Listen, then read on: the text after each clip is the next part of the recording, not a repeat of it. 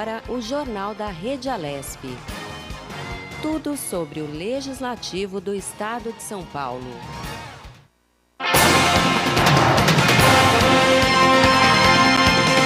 Olá, bom dia. Hoje é quinta-feira, 19 de março de 2020. Eu sou o Luciano Teixeira e esse é o seu Jornal da Rede Alesp.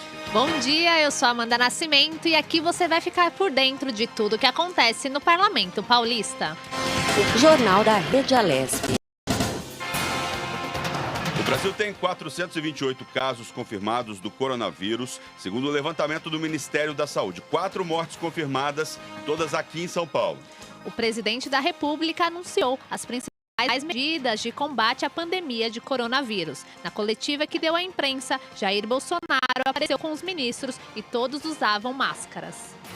Dentre as medidas, o presidente falou do fechamento de fronteiras e investimento em dinheiro para a população mais vulnerável.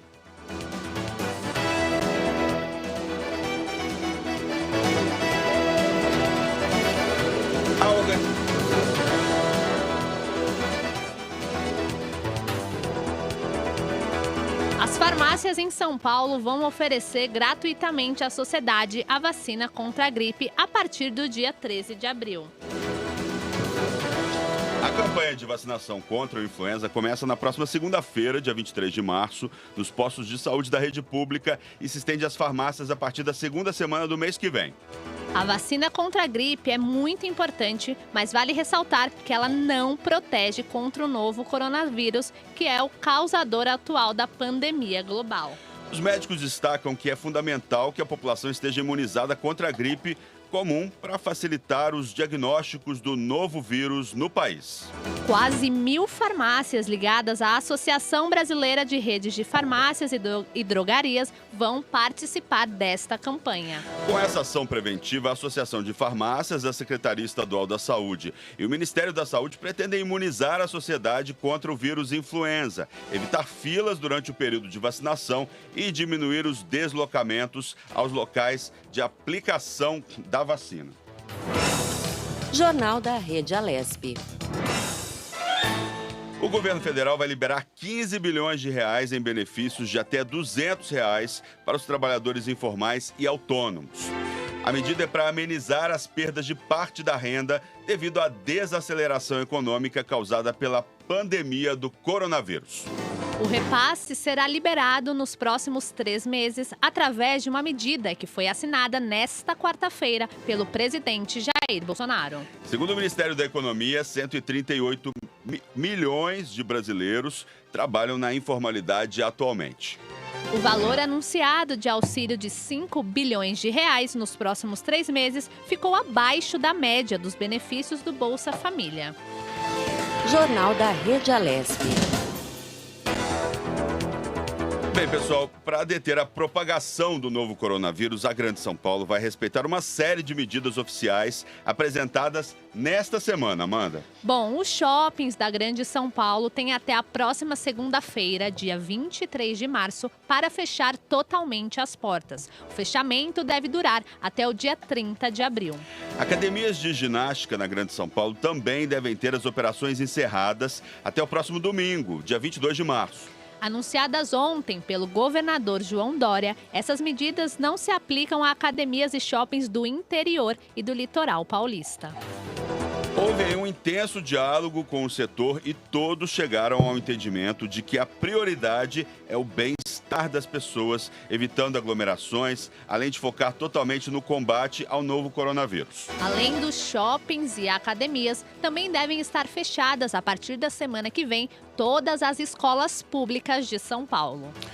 A suspensão gradual das aulas teve início na última segunda-feira e as escolas particulares também foram orientadas a fechar as portas até segunda ordem.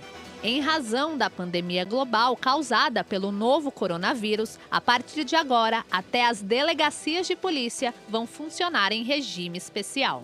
Funciona assim, esse regime prevê que as ocorrências deverão ser registradas pela internet e a delegacia responsável pela região só vai validar os boletins de ocorrência. O atendimento ao público será mantido apenas nos seguintes casos: violência doméstica ou contra crianças e adolescentes, morte e desaparecimento de pessoa, estupro, sequestro e cárcere privado, roubo, extorsão e situação de flagrante delito. Recentemente, portaria do delegado-geral de Polícia Civil do Estado de São Paulo esclarece que o policial não pode se recusar a prestar atendimento a quem procurar a delegacia. Mas, na medida do possível, a pessoa deve ser orientada a fazer tudo pela internet. A Secretaria de Segurança Pública de São Paulo informou que não haverá interrupção nos serviços prestados nas delegacias de polícia e demais equipamentos de atendimento emergencial na área de segurança. Segundo a orientação do Centro Estadual de Contingência do Coronavírus, a Secretaria recomenda que a população evite a presença física nas unidades e ampliou a lista de crimes que podem ser registrados por meio da delegacia eletrônica. A Alesp e outros órgãos públicos de São Paulo também já anunciaram alterações no funcionamento das instituições para restringir a propagação do novo coronavírus. A Assembleia Legislativa de São Paulo, a Câmara Municipal de São Paulo e o Ministério Público de São Paulo vão suspender parte das atividades a partir do início da próxima semana. Outros serviços, como atendimentos da Polícia Federal e da Justiça Estadual, já adotam funcionamento restrito na capital desde segunda-feira, dia 16 de março.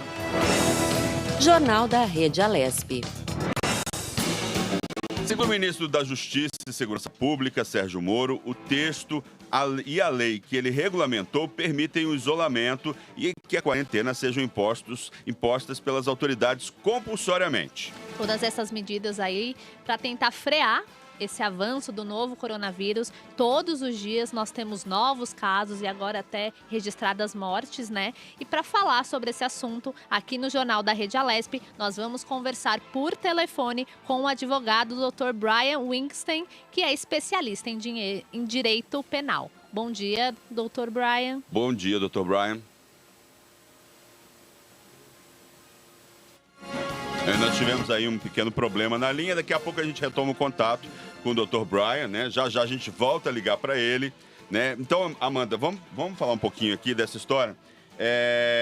Número de casos de coronavírus, né? Quer dizer, essa questão, essa portaria do ministro Sérgio Moro e também do secretário de Saúde, né? Do ministro da Saúde, fala que as pessoas podem ser, se elas desobedecerem, né, a quarentena e o período de isolamento, elas podem até ser presas, né?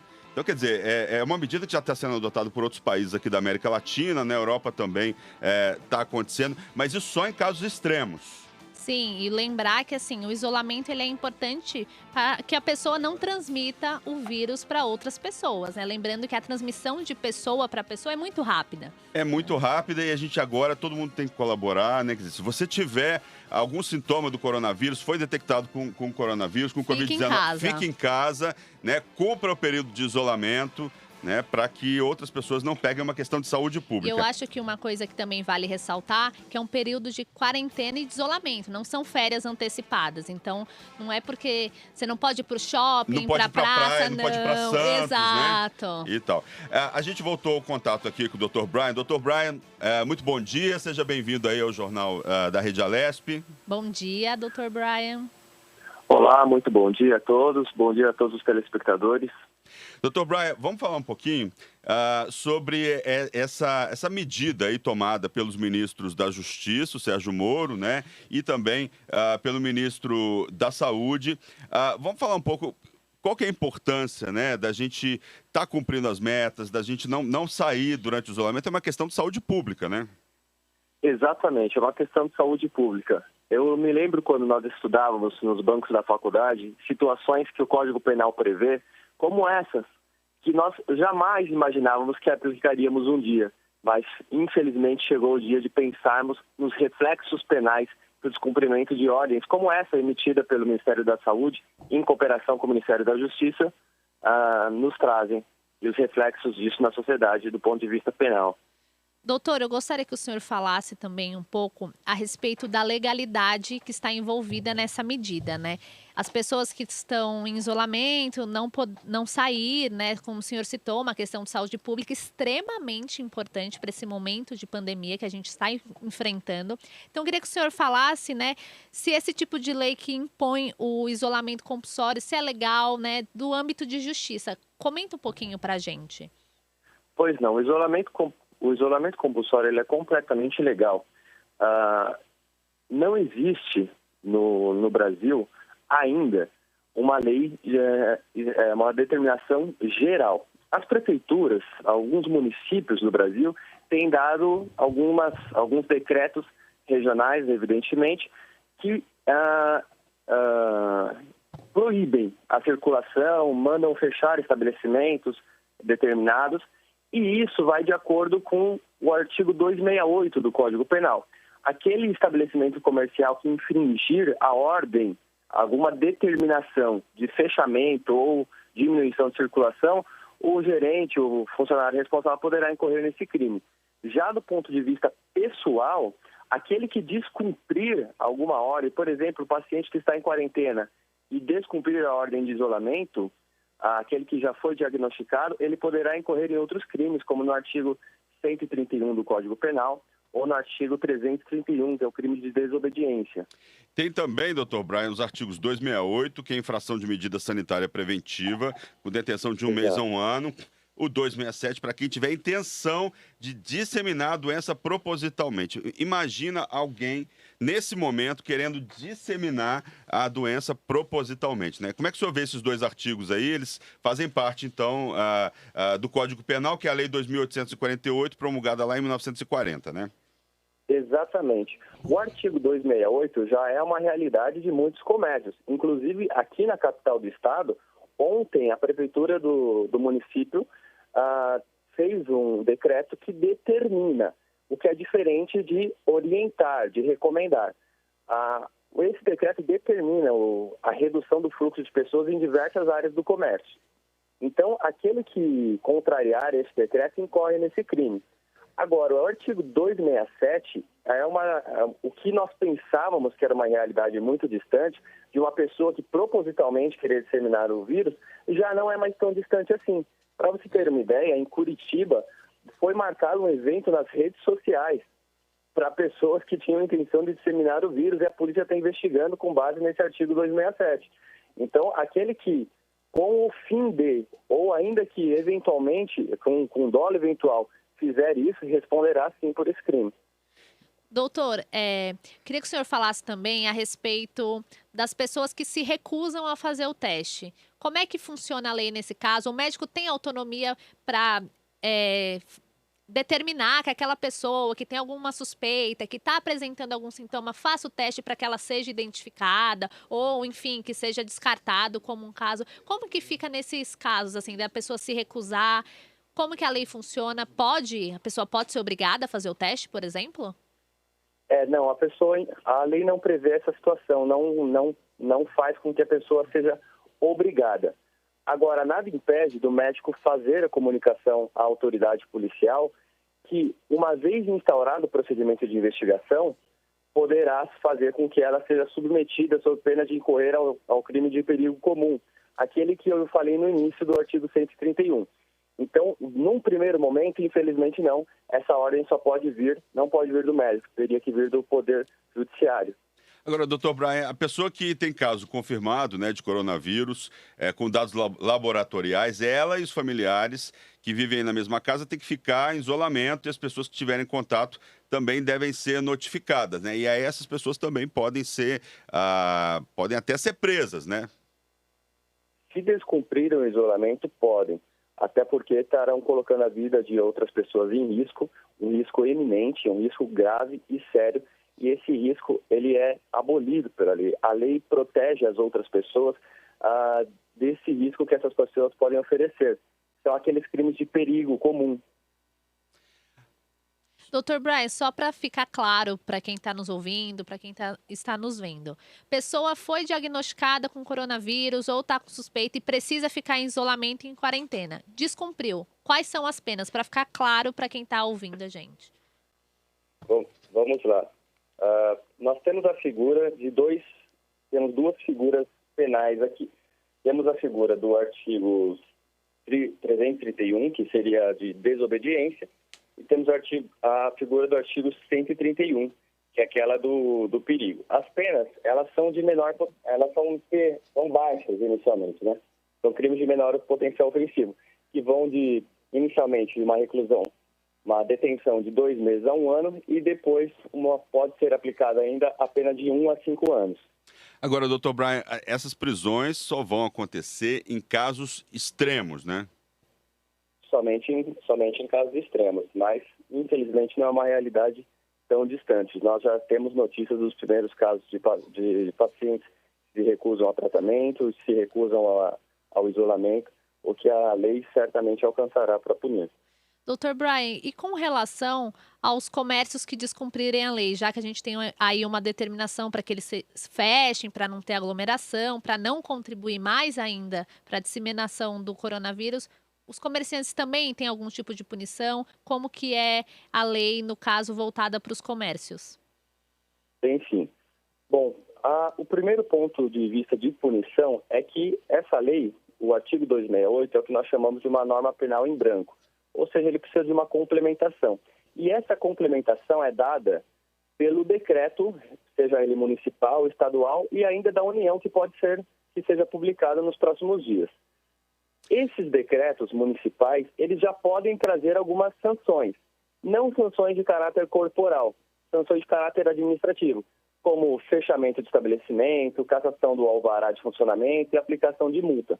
Mas ainda somado a isso, o próprio Código Penal também traz uma pena, essa sim, de caráter corporal, que é uma pena relativamente baixa, que é a de detenção de 2 meses a 1 ano, e essa cabe até transação penal posteriormente. Mas, em suma, tem tanto as penas administrativas previstas em decreto, quanto a pena de caráter corporal prevista no Código Penal, no artigo 268.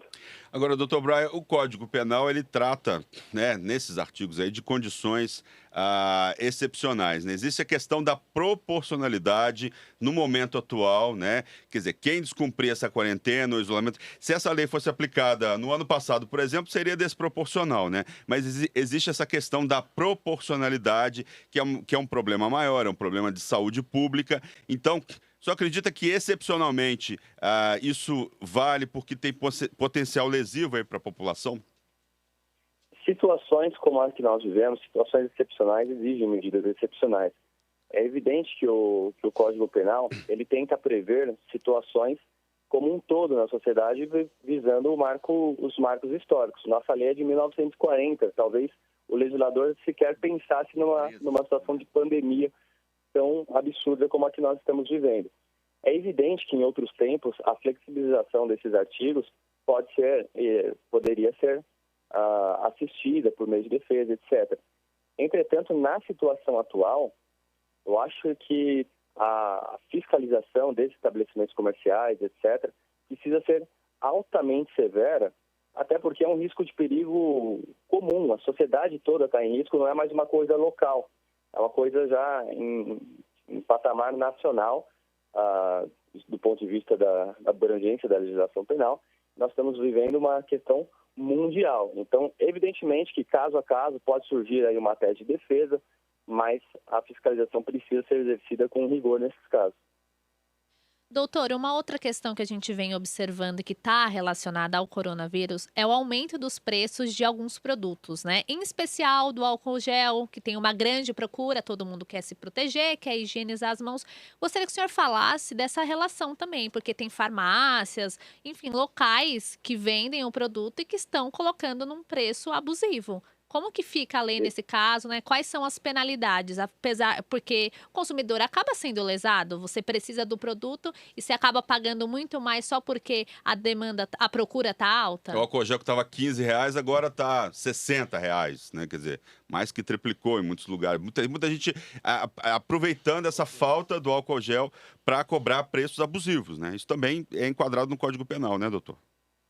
Exato, exato. O Código Penal dispõe, na verdade, é uma lei esparsa, né, que é a lei que trata dos crimes contra a relação de consumo.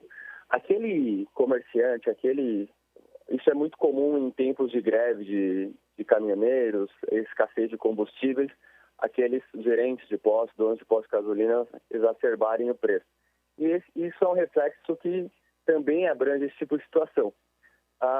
Existe sim uma responsabilização penal pelo rol de crimes contra a relação de consumo, e aquele que assim praticar, aquele que colocar o consumidor em desvantagem exacerbada, objetivando aferir lucro desproporcional com a atividade, pode sim ser responsabilizado de acordo com a lei de crimes contra a relação de consumo. É importante que os estabelecimentos comerciais fiquem atentos a isso, tenham orientação jurídica, porque muitas vezes não é doloso isso. Muitas vezes mas muitas vezes o crime não é nem do estabelecimento comercial, do pequeno comércio, mas sim do fornecedor do produto, que já lá no início da cadeia já aumenta de forma exacerbada os preços. Mas seja o comerciante local, seja o grande produtor, precisam ficar atentos, porque qualquer situação que coloque o consumidor em vantagem desmedida, em vantagem demasiada, incorrerá sim na responsabilização penal. Doutor, outra medida excepcional aí, né, fala dos leitos dos hospitais particulares, né, que podem ser temporariamente estatizados para atender a demanda por vagas de UTI que podem faltar no Sistema Único de Saúde, né? Como é que o direito vê essa questão? Como é que se vê essa estatização temporária? Na verdade, assim, toda manobra, seja ela de caráter administrativo, seja ela de caráter jurídico, ela está abarcada por situações excepcionais que o Código Penal prevê. Então, esse remanejamento de leitos, por exemplo, como está acontecendo na Itália, que os hospitais estão tendo que escolher a quem tratar, aqui em São Paulo, como o poder público invadindo a iniciativa particular, tudo isso é abarcado, primeiro, pelo Código Civil, segundo, pela Constituição Federal. E terceiro, no ponto de vista penal, toda essa situação certamente tem o respaldo das excludentes de licitude. Então, vamos pensar aqui na situação dos médicos. Ainda, felizmente, o Brasil não vive essa situação. Mas pensemos no caso da Itália, em que os médicos precisam escolher a quem tratar. Evidentemente que esses médicos não serão responsabilizados. Os hospitais que remanejarem os leitos e tiverem que priorizar os pacientes em estado grave contaminados com Covid-19 e, eventualmente, faltar tratamento àquele que estava em caso menos grave, evidentemente que, nesse caso, excepcionalmente, não terá responsabilização, até porque nós estamos diante de uma excludente de estado de necessidade, nós estamos numa excepcionalidade jamais vivida antes. Dr. Brian, muito obrigada pela participação e por esclarecer essas dúvidas que vão surgindo, né, todos os dias, todo mundo muito ligado nessa pandemia. Obrigada por contribuir aqui com o Jornal da Rede Alesp. E obrigado por detalhar aí, né, o Código Penal para a gente falar aí da importância, né, do cumprimento aí dessa quarentena e também do período de isolamento. Obrigado e um bom dia para o senhor. Muito obrigado, um bom dia a todos. E o prefeito de São Paulo, Bruno Covas, anunciou ontem a determinação do fechamento de lojas na cidade para conter o avanço do coronavírus na capital paulista. Apenas farmácias e estabelecimentos que vendem comida devem ficar abertos. A medida não vale para os shoppings do interior e do litoral paulista. O anúncio é mais uma das medidas para tentar frear o avanço da pandemia de coronavírus. A Prefeitura de São Paulo determinou que o fechamento de estabelecimentos comerciais da cidade seja para atendimento presencial, do dia 20 de março até o dia 5 de abril. Mas é bom lembrar, né, Amanda, que os supermercados vão continuar abertos, né? Shopping vai estar fechado, mas assim, as pessoas vão ter acesso aí à alimentação, vão poder comprar no mercado. Os mercados vão estar funcionando normalmente, né? Exatamente, não tem motivo para desespero, as pessoas não vão ficar sem alimentos ou sem remédios, as farmácias e supermercados continuam abertos para atender a população. Eu tava conversando com o pessoal do mercado perto de casa, assim, né? Tem um sacolão em frente à minha casa, e eles estavam dizendo que o movimento esses dias está maior do que na época do Natal, né? As pessoas estão um pouco desesperadas. Eu estava reparando no mercado algumas prateleiras, por exemplo, macarrão. As pessoas estão estocando coisas. Será que realmente é necessário, nesse momento, estocar coisas? Assim, quer dizer, o que você está levando a mais não vai fazer falta para outra pessoa, né? Exatamente. Aí uns compram demais, quando os outros vão comprar, não tem. Então vira aquele efeito dominó, né? É o que aconteceu, por exemplo, com o álcool gel, né? Sim. Pois é, continuando aqui, a Agência Nacional de Vigilância Sanitária, Anvisa, aprovou 8 novos testes de coronavírus. Os produtos são para uso profissional durante a triagem e diagnóstico da doença. Os produtos estão divididos em 2 grupos. 6 deles que usam amostras de sangue, soro ou plasma e outros 2 que retiram materiais das vias respiratórias. Os resultados deverão ser interpretados por um médico e com o auxílio de dados clínicos e laboratoriais. De acordo com a agência, a oferta e produção dos kits dependerá da capacidade de cada empresa que recebeu o registro. Jornal da Rede Alesp. A Organização Mundial da Saúde, a OMS, está monitorando pesquisas sobre a relação entre animais de estimação e a Covid-19, doença causada aí pelo novo coronavírus. Há registro de um cachorro com um nível fraco de infecção em Hong Kong. Mas o órgão diz que, até o momento, não há evidência significativa de que os pets possam ficar doentes ou transmitir o vírus. Mesmo assim, a recomendação das autoridades de saúde é que as pessoas infectadas limitem o contato com seus cães e gatos. Além disso, cuidados básicos de higiene devem ser seguidos pelos humanos ao manusear os animais. Pensando aí nos pets, o Jornal da Rede Alesp fala por telefone com o médico veterinário Dr. José Luiz Pérez Moraes. Ele é clínico geral e cirurgião de pequenos animais e pesquisador da área de hemoparasitas, zoonose, transmitidos por insetos sugadores de sangue. Bom dia, doutor José. Seja bem-vindo ao Jornal da Rede Alesp. Doutor, pets podem ficar doentes ou transmitir o vírus do coronavírus? Bom dia. Primeiramente, bom dia. É um prazer estar participando do seu programa. Prazer é nosso. O Covid-19 só passa de pessoas para pessoas. Tem um vídeo viralizando aí sobre coronavírus canino, mas é um outro sorotipo e esse vírus existe na vacina das principais doenças no cão. E eu tenho um estudo recente de milhares de cães e gatos foram testados nos Estados Unidos e foi constatado que não passam o Covid-19, esse tipo de vírus para humanos. O contato do Covid-19 só dá de pessoa para pessoa. Amanda. Doutor, gostaria que o senhor explicasse, né? Porque correm muitos boatos. Então, assim, Sim. Existem casos conhecidos de Covid-19 em animais? Não existem ainda. E eu queria deixar um alerta. Para os cães e gatos apresentando sintomas respiratórios, a recomendação é contactar o seu veterinário e testar para patógenos respiratórios, como micoplasma, podem ser outras coisas, entendeu? O Covid-19 não passa dos animais para os seres humanos. Mas, assim, a gente sempre quer que os pets são importantes membros da nossa família e a gente quer mantê-los saudáveis, né? E seguros. Então, a gente tem que continuar monitorando o Covid-19, né? E a saúde global dos nossos animais.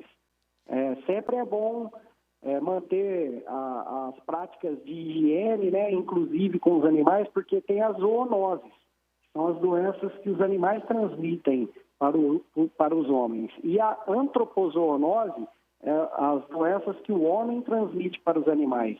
Então, as práticas de higiene a gente tem que mantê-las, inclusive com nossos pets. Pois é, isso que... Mas é comprovado que não passa Covid-19. Isso é um outro sorotipo. Então, doutor... O contágio do Covid-19 é só de humano para humano. Então, uma pessoa infectada pode manter contato com o seu pet normalmente, mesmo se ela tiver com Covid-19, pode manter contato normalmente. Não tem a chance da pessoa que está infectada passar para o pet, por exemplo, ser o inverso. Principalmente os vacinados. O diluente da V10, por exemplo, é coronavirose. Não é o Covid, esse sorotipo, Covid-19, mas eles são imunizados para coronavírus, né? Então, pode-se manter o contato, sim. Agora, aliás, eles são membros da família, né? Agora, muda alguma coisa? Cuidado de higiene com o animal? Não, continua a mesma coisa. Continua a mesma coisa. Manter eles livres de pulgas e carrapatos, passar um veneno em casa de vez em quando, mantê-los vacinados, isso não tem o que fazer. É manter a higiene. E continua tudo normal, né, doutor? Pode sair para passear na rua sem problema nenhum. Problema nenhum, desde que evite aglomerações, né? Inclusive de humanos, e pode ir ao ar livre, tranquilo, manter a voltinha, tudo bem. Doutor, até passar esse surto, né? Doutor, a gente está num momento bastante complicado, né? Eu diria até da história da humanidade. A gente está aí, talvez seja, né, Amanda? Uma época das mais complicadas desde a Segunda Guerra Mundial. Sim. A gente tem uma pandemia a nível mundial. Uma preocupação global, né? Pois é. Global, e aí a gente tem vários boatos circulando. Eu, por exemplo, já ouvi o boato do vinagre de maçã, que matava o vírus na garganta. É boato, eu estava vendo notícias sobre isso e tal. E agora tem esse outro boato contra os animais, e aí, nessa hora, a gente fica um pouco preocupado e com medo de que as pessoas se desfaçam dos animais, elas já fazem isso normalmente, né? E maltratem os animais ou isolem eles, né? Faz o alerta aí para as pessoas que estão em casa, para as pessoas que estão assistindo a gente, em relação a essa questão do coronavírus e os animais. Isso é até um apelo para as famílias não se desfazerem dos animais. Porque o grande problema hoje, além da pandemia e de várias doenças, são as fake news. Fake news são notícias falsas e elas circulam, elas viralizam em tudo, é impressionante. Então, a gente tem que ter discernimento e muito cuidado com as fake news, que isso acaba levando para um caminho horrível. Então, eu volto a repetir, você tem que manter seu pet, que eles são, eu volto a repetir, eles são membros de nossa família, fazem parte de nossa família. E o Covid-19 só é transmitido de pessoa para pessoa. Não tem nada a ver com animais. Vários testes nos Estados Unidos, eu tenho um trabalho em mãos, comprovaram que o Covid-19 não passa de animais para seres humanos. Portanto, é imprescindível manter os nossos animais com a boa convivência, porque não vai passar. O Covid-19, esse sorotipo de coronavírus, só passa de pessoa para pessoa, né? A gente tem que cuidar bem dos nossos animais.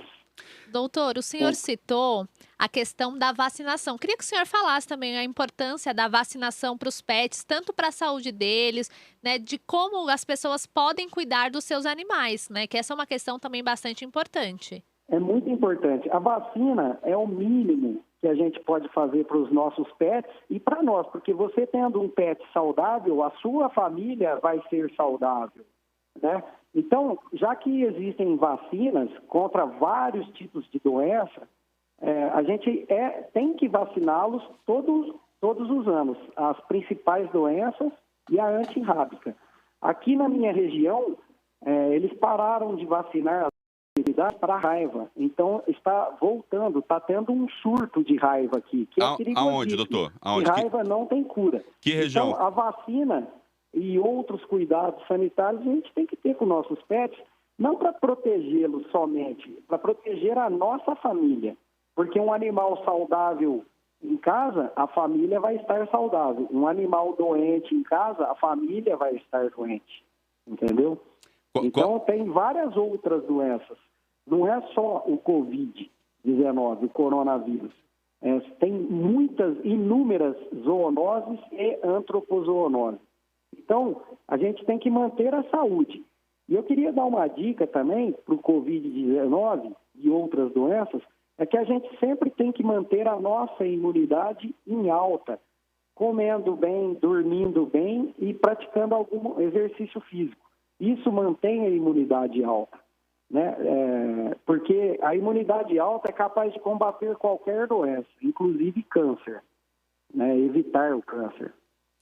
Doutor, a gente já é preparado para isso. Doutor, o senhor falou aí da vacinação de raiva. Qual região do senhor? O senhor está aqui na capital paulista? Não, eu estou em Mococa, a 300 quilômetros Mococa. Tá em bom. São Paulo. É estado de São Paulo, divisa com Minas Gerais. Tá. Divisa com Arceburgo, Minas Gerais. Ah, tá certo. Tem surto de raiva, inclusive na área rural. Eu diagnostiquei um gato com raiva e tem uma ficha também de um cão com raiva. Isso é grave. Então fica alerta aí, fica o alerta, né? A Rede Alesp pega aí Mococa, né? Fica o alerta aí para as autoridades sanitárias de Mococa em relação à vacinação contra a raiva e outros tipos de vacinação também, né? Vamos aproveitar o coronavírus e já fazer serviço para outras vacinas. Doutor José Luiz Pérez Moraes, clínico geral, cirurgião de pequenos animais e pesquisador na área de hemoparasitas, de zoonose. Muito obrigado pelos esclarecimentos. É importante a gente prestar atenção nesse momento, né, Amanda? Sim. Evitar fake news. O jornalismo sério nunca foi tão importante nesse momento. Aí, Informação é tudo, né? É fundamental. Lembrar que em caso de receber lá um WhatsApp de alguém, o animal transmite a Covid-19. Não é verdade. Não repasse esse WhatsApp, né? Vá verificar, vá ver programas como o nosso aqui, vá buscar na internet, né? Para que você não repasse informações falsas e que não contribua aí para que animais sejam maltratados ou dispensados de uma maneira geral. Sim, também evita de criar o pânico, né? As informações falsas muitas vezes geram pânico desnecessário. Então é isso que o Luciano falou. Sempre checar qual é a fonte, não acreditar em tudo que recebe por WhatsApp, porque tem pessoas que acabam passando sem saber que aquela informação é falsa. Então, sempre que possível, olhe, cheque mais de uma vez até, se possível, para ter certeza que aquilo que você vai repassar é uma informação verdadeira, para não disseminar notícia falsa, não criar o pânico e até acabar aí gerando, como o Luciano falou, maus tratos aos animais, né? É uma coisa bastante importante para esse momento, né? E atrás de informação de qualidade, como aqui no Jornal da Rede Alesp. Isso aí, né? É isso. Muito obrigado, doutor, pela entrevista. Até a próxima. Obrigada, doutor. Eu agradeço. Obrigado. Até a próxima. Centro Espanhol de Santos completa 125 anos e é homenageado em sessão solene aqui na Assembleia Legislativa de São Paulo. O deputado Paulo Correa Júnior, do Democratas, que homenageou expoentes da entidade, conhece bem as atividades do Centro Espanhol de Santos. Ele, que é santista e descendente de espanhóis, falou com orgulho da comunidade. Primeiro que eu sou descendente espanhol, né? E o clube é muito tradicional na cidade, tem uma atuação que tem uma história muito rica. Então, não é mais do que obrigação, eu como um cidadão santista que sou representante da cidade aqui, prestar essa homenagem para um clube que tem tanta história, tantas pessoas que trabalharam para o crescimento da cidade de Santos, inclusive, e a colônia espanhola é muito importante na cidade, fora da capital. Eu acho que a maior colônia espanhola que tem é na cidade de Santos. Então, são 125 anos de história.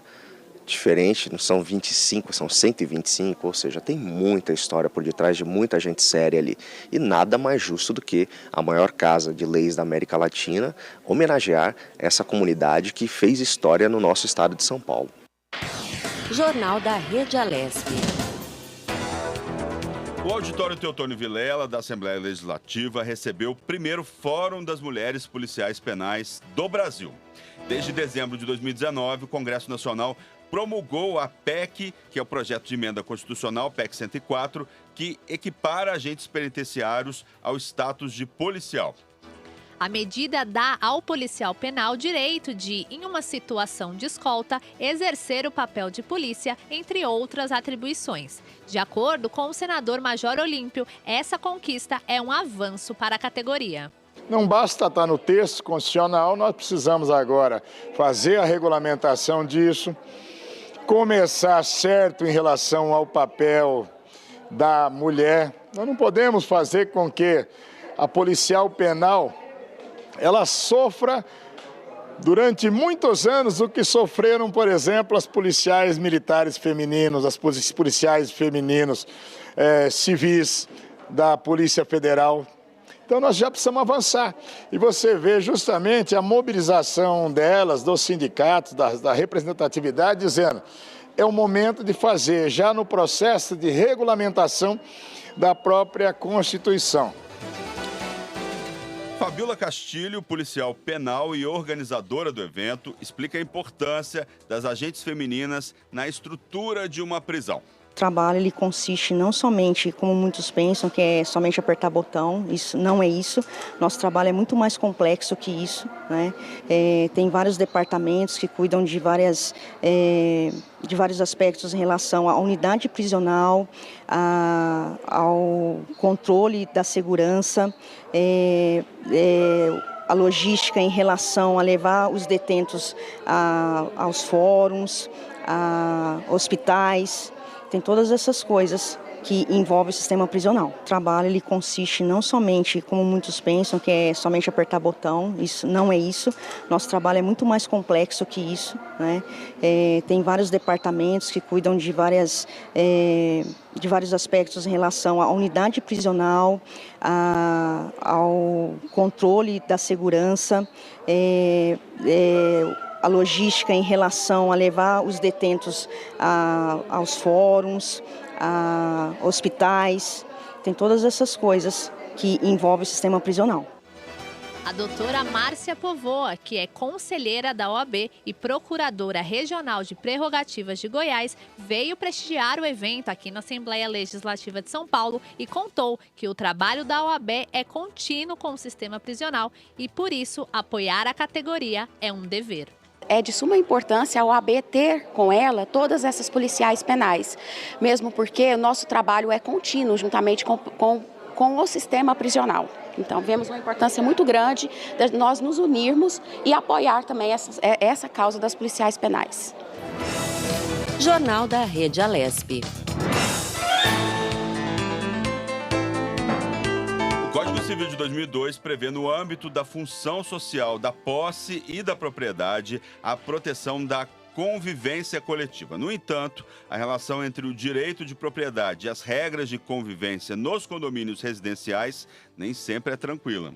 Para falar sobre os limites da responsabilidade jurídica nos condomínios em relação ao caso de pandemia, né, que é o momento, né, surto de coronavírus, o Jornal da Rede Alesp conversa por telefone com o advogado Tiago Natalino, que vai nos explicar um pouco mais sobre esse assunto. Bom dia, Tiago, seja bem-vindo. Bom dia, doutor.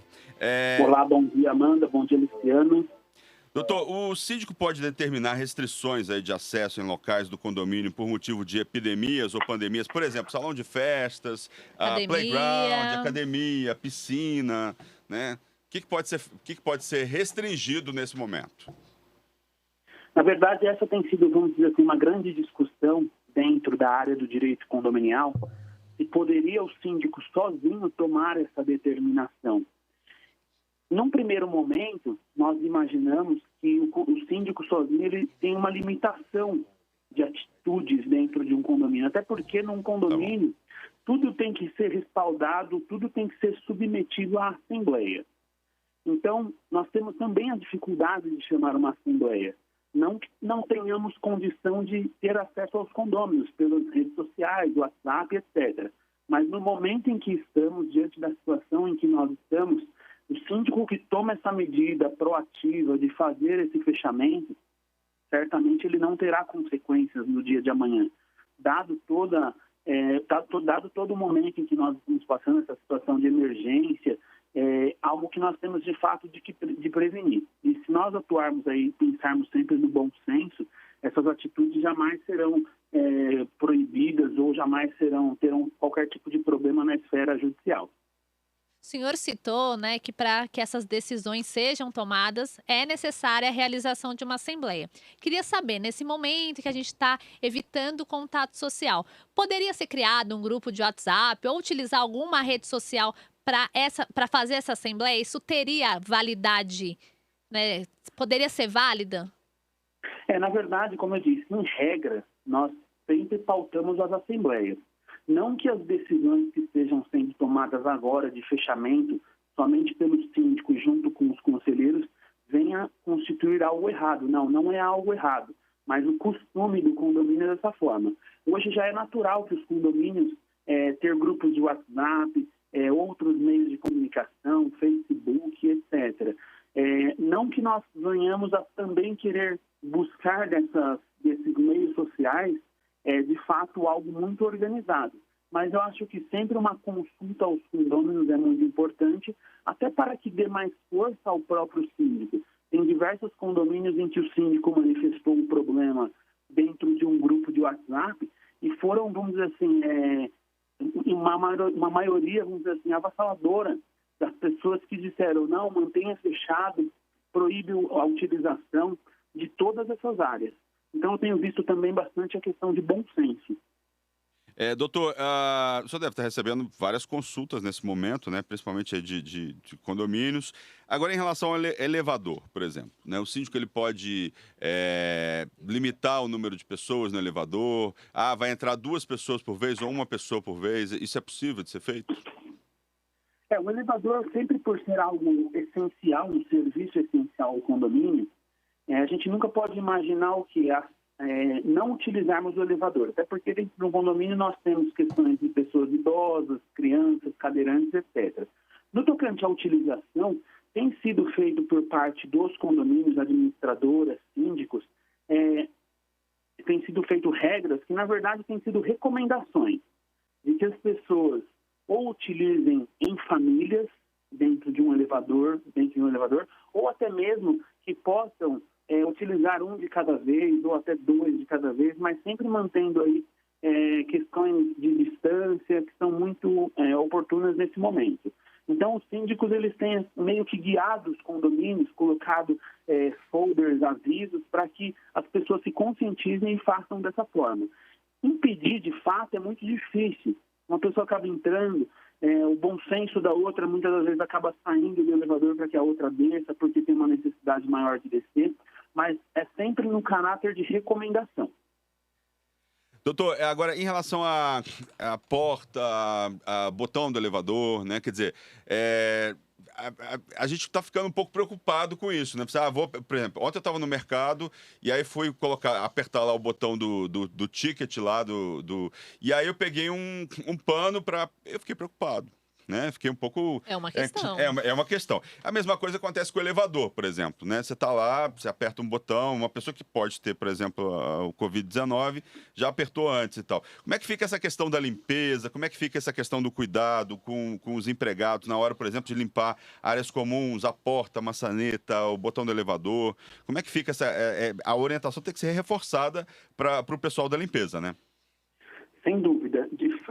A gente tem intensificado cada vez mais essa orientação às pessoas que cuidam da limpeza, para que essas áreas de maior risco, que façam limpezas aí sempre. Agora, também tem sido costume dos condomínios colocar o dispenser ali próximo da botoeira do elevador, dentro do próprio elevador, o dispenser com álcool em gel, para que a pessoa possa fazer a sua higienização ali dentro mesmo. Algumas questões ficam um pouco difíceis de a gente, na prática, resolver, porque o botão ali é o que aciona o elevador. Mas os cuidados, os avisos, eles têm sido feitos dessa forma. A gente também tem identificado a questão de limpezas dentro do prédio, não somente nessas áreas, mas também próximo da botoeira ali de acionamento por biometria na entrada do próprio condomínio. Alguns condomínios, a orientação que nós passamos foi a seguinte: quando há portaria física, ao invés de ficar usando a biometria ali para entrar, alguns condomínios, quando o porteiro já conhece o condomínio, ele já aciona lá por dentro para que a pessoa não precise ter o acesso à biometria. Então, em algumas questões voltadas à limpeza, todas essas temos intensificado aí as informações. Doutor, e no caso de uma pessoa, assim, já tem uma festa marcada, tô lá com o salão reservado, e aí? O síndico tem autonomia para cancelar? Pode, de certa forma, limitar o número de pessoas que vão participar? Porque festa a gente está falando de aglomeração. A aglomeração no prédio é risco para todo mundo. E aí, como é que faz numa situação como essa? Então, cada dia que passa, a gente vem tendo, vamos dizer assim, situações, decretos, provimentos, normas diferenciadas. A título de exemplo, sexta-feira passada, até sábado mais ou menos, os condomínios ou a questão não explodiu tanto como está agora. Então a recomendação era o quê? Que as pessoas que já têm algo marcado, que pudessem, a título de recomendação, pudessem adiar essas festas, pudessem remarcar, que seria algo bom para o condomínio, não só para o condomínio, como para o condômino, para a segurança dos usuários.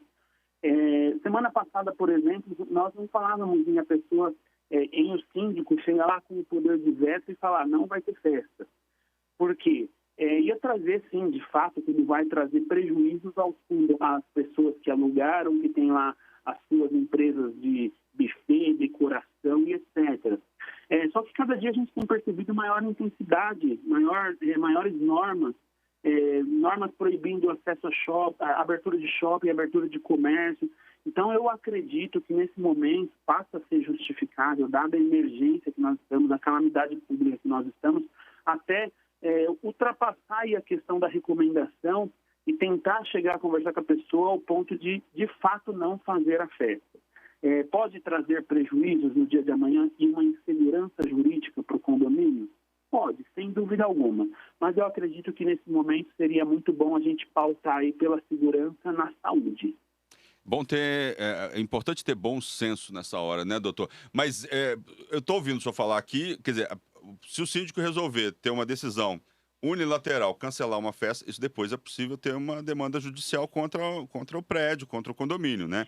Isso é... Sem Mas dúvida assim, nenhuma, a pessoa pode sim no dia de amanhã entrar com uma ação dessa, falando sobre a reparação de danos, falando sobre os convidados que já estavam, até porque nós imaginamos uma festa onde vai ter uma reunião de muitas pessoas, quando na verdade o próprio bom senso, a pessoa pode fazer com que aquilo que seria uma festa, exemplo, para 70 pessoas, ela reúna, de repente, a família dela somente com 10, 15 pessoas, e ao invés de fazer uma grande festa, faça ali um jantar apenas ou um almoço.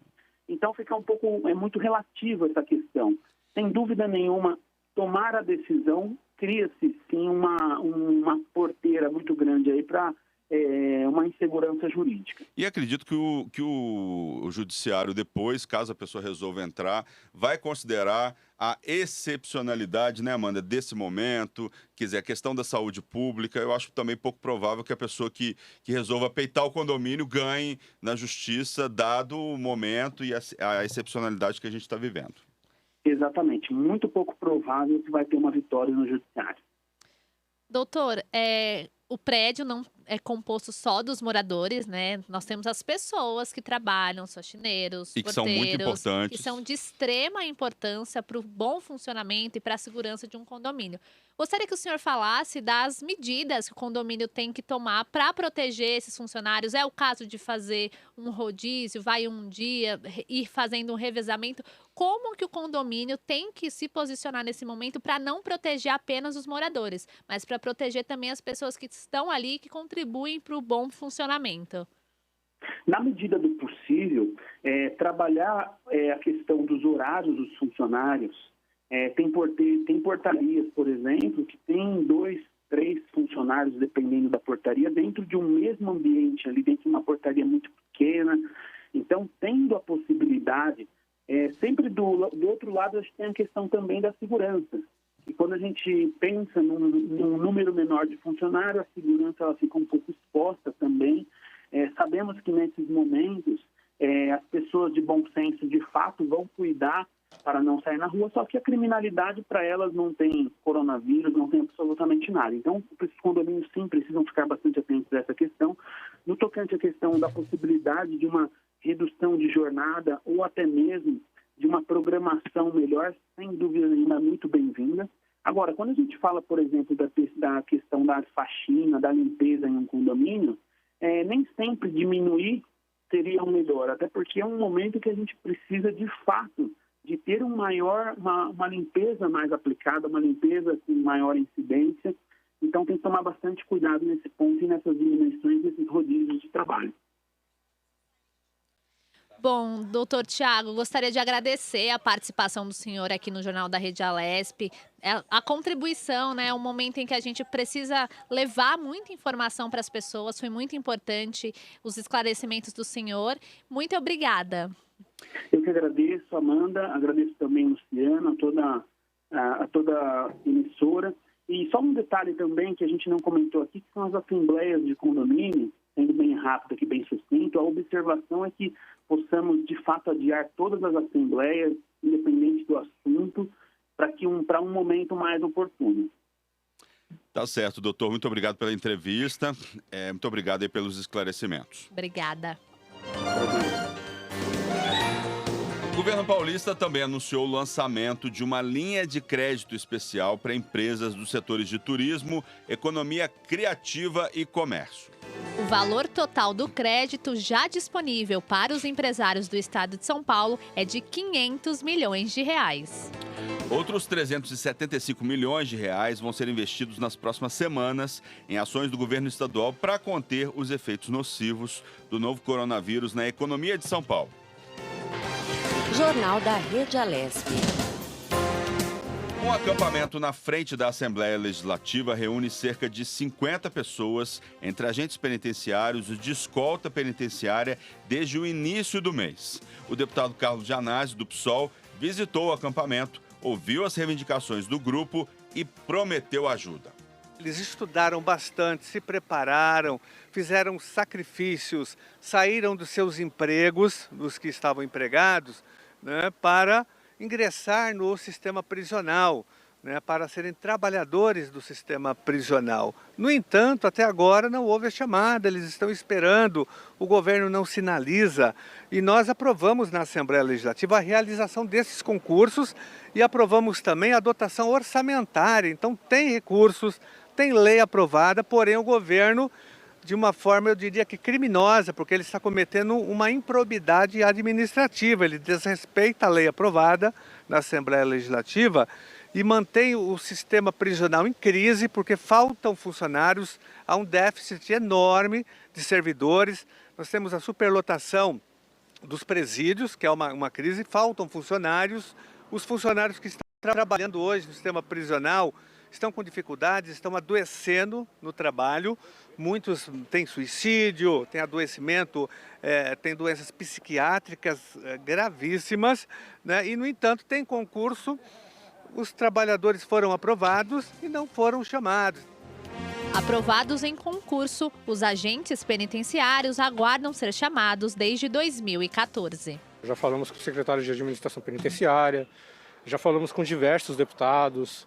Nós estamos já há mais de um ano, conversando com eles, buscando a negociação, buscando as chamadas. O déficit do sistema penitenciário é alto. Só de cargos vagos de EVP tem mais de 4 mil. Porém, em desvio de função que a PM faz, tem 6 mil. 6 mil policiais militares estão fazendo escolta de presos, ao invés de estar fazendo escolta na rua, fazer o patrulhamento, cuidando da segurança pública. Então, o déficit mínimo que tem aí são de 6 mil. São 6 mil cargos. Nosso concurso era para 1.500 vagas. Tem 4 mil aprovados. Se chamarem todos os aprovados do concurso de AVP 2014, mesmo assim ainda vai ficar faltando vaga. Ainda vai ter policial fazendo escolta ao invés de patrulhamento. E é essa que é a nossa preocupação. A gente gosta do nosso estado, a gente ama o nosso estado. Estamos aqui como patriotas e queremos ajudar na segurança pública, ajudar a proteger a nossa população. Jornal da Rede Alesp. A Assembleia Legislativa de São Paulo instalou comissões parlamentares de inquérito que vão funcionar em 2020. Os líderes partidários têm agora 15 dias para indicar os integrantes efetivos e substitutivos de cada CPI. Este ano, os deputados estaduais investigarão denúncias de violência sexual contra estudantes do ensino superior e supostas irregularidades na contratação, fiscalização e prestação de serviços de transporte escolar. Serão apuradas ainda as condições de alojamentos de clubes esportivos e a disseminação de notícias falsas durante as eleições de 2018. Também objetivo de fiscalização na Lespe as possíveis falhas em contratos de quarteirização firmados pelo governo do estado. Uma sexta CPI poderá ser criada caso alguma das duas propostas em análise pela Comissão de Constituição, Justiça e Redação seja aprovada em plenário. Um projeto de resolução apresentado em 2019 prevê uma CPI para investigar supostas irregularidades na Dersa. Há ainda uma outra proposta protocolada para apurar o nível de poluição dos rios do estado. A instalação das comissões parlamentares de inquérito segue a ordem cronológica dos pedidos apresentados pelos deputados, desde o início da legislatura, em 15 de março de 2019. O regimento interno aqui da Assembleia Legislativa de São Paulo prevê que cada CPI pode funcionar por 6 meses.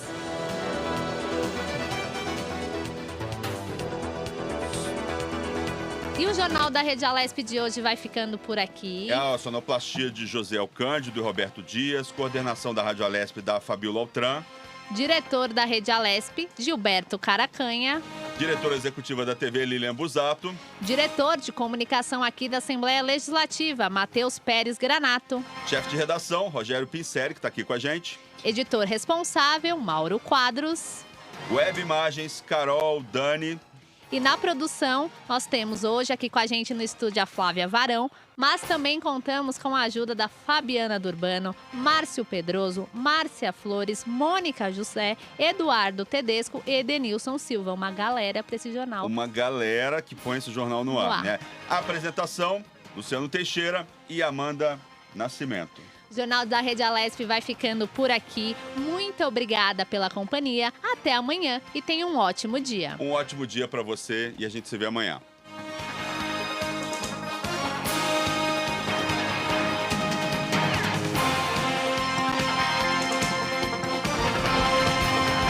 Você acompanhou o Jornal da Rede Alesp. Tudo sobre o Legislativo do Estado.